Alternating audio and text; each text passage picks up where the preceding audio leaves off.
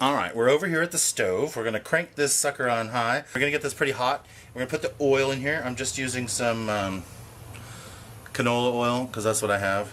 I'll put that in here and heat it up. Here's our meat.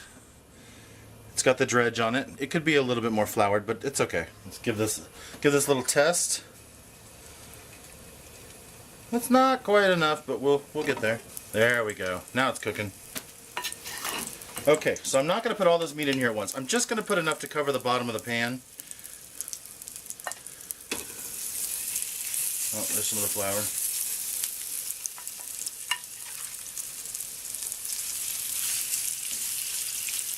And the idea here is to brown the meat, give it a little bit of crispness, and develop what's called in the French a fond, F-O-N-D. You can look it up if you want. That means to develop the crispiness on the meat and in the bottom of the pan. Starting. Look how delicious that's looking. This is what we're looking for. See the brown? I have my crock pot and I'm just going to dump it in there.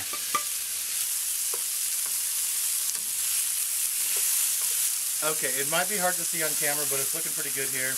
Again, here's what we're looking for. Put it over the white, maybe you can see it better. So, let's dump this. Alright, you guys, check it out. Luscious cooked meat. And got a little char, it's perfect. Now, here's our hot pan. This stuff here, this crusty stuff, can you see it? Maybe more light. Now, this is a non-stick pan, so there's not much of it in here. But if you had a regular cast iron or something like that, this is the goodness. This is the flavor. So what we're going to do is we're going to put this back here. I'm going to crank the heat back up. You can use tomato paste, or I just happen to have tomato sauce on hand. And what we're going to do is we're going to get the pan hot, and we're going to put this in here. And we're going to thicken up this sauce, because what we want is the darkness and the richness of the tomato, not necessarily the sauce. So we're going to let this cook down for a bit.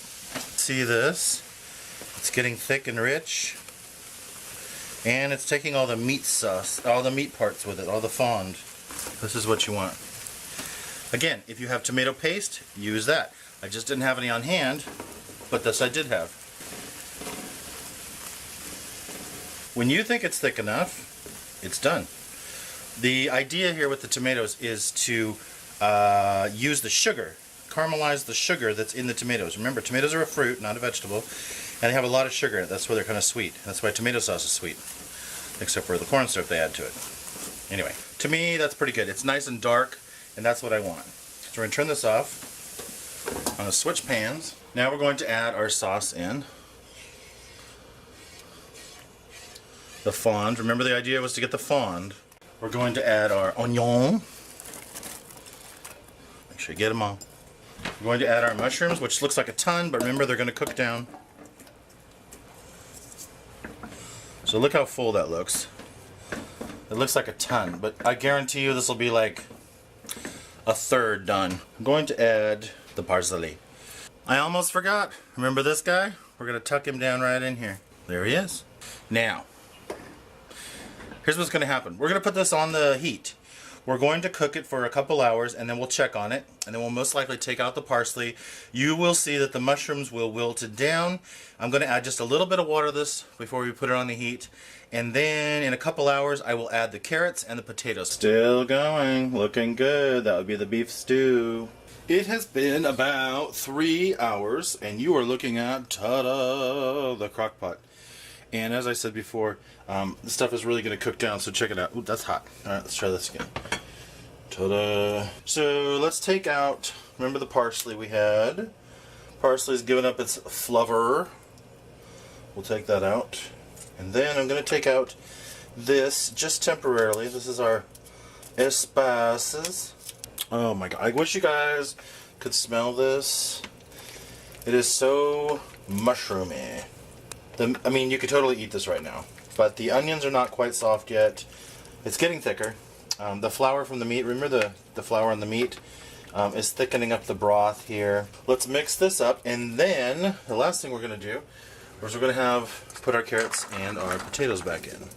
Well, not back in, just in. And now this is going to cook probably at least another 3 hours. I'm just going to push all this down so that it's in as much as possible in the broth. Okay, the next time you see this, it's going to be done. The magic, she has happened. It is done. Voila. Stew is done. First of all, we'll take out our bouquet garni, the best part.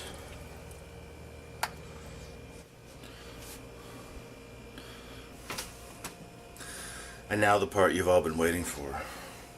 At least I have for like 8 hours. Bon appetit.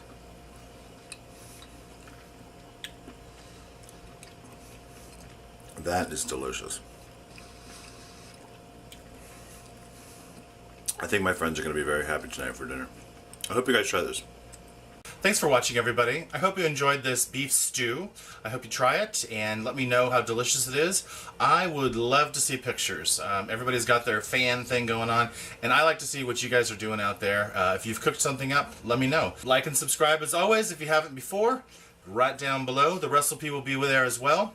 Your comments are always welcome. You can always hit me up at #YourEverydaySanta, all one word. And I'm on Facebook and Twitter and all the rest of it. So thanks, you guys. Take care. Bye.